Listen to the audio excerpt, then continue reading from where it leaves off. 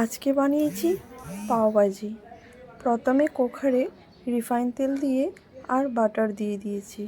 তারপর কুটো জিরে দিয়ে পেঁয়াজ কুচি আর কাঁচা লঙ্কা কুচি দিয়ে অল্পক্ষণ নাড়াচাড়া করেছি। তারপর দিলাম আদা রসুন বাটা দিয়েও অল্পক্ষণ নাড়াচাড়া করে টমেটো পেস্টটা দিয়ে দিয়েছি।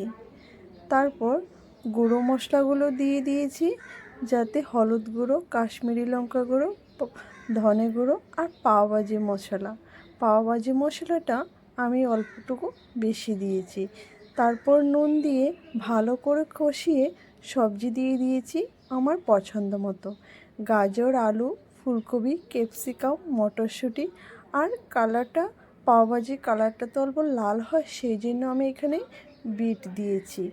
দিয়ে মশলাটা ভালো করে কষিয়ে নিয়ে দিয়ে দিলাম পরিমাণ মতো জল দিয়ে আমি এখানে 3 থেকে 4টা সিটি দিয়ে দিয়েছি। দেখো আমার সবজিগুলো কিভাবে ভালোভাবে সেদ্ধ হয়ে গেছে। তারপর একটা পটেটো ম্যাশার দিয়ে আমি ভালো করে স্মুথ করে পেস্ট করে নিয়েছি। আর এখানে তড়কার জন্য বাটারে দিলাম কস্তুরি মেথি আর পাওভাজি মশলা দিয়ে এখানে তড়কাতে দিয়ে দিয়েছি। সত্যি খেতে কিন্তু দারুণ হয়েছে। সেই পদ্ধতিতে তোমরা একদিন বানাও আর আমার কমেন্টে এসে জানাও। খুবই ভালো হয়েছে পাওভাজি। বাই।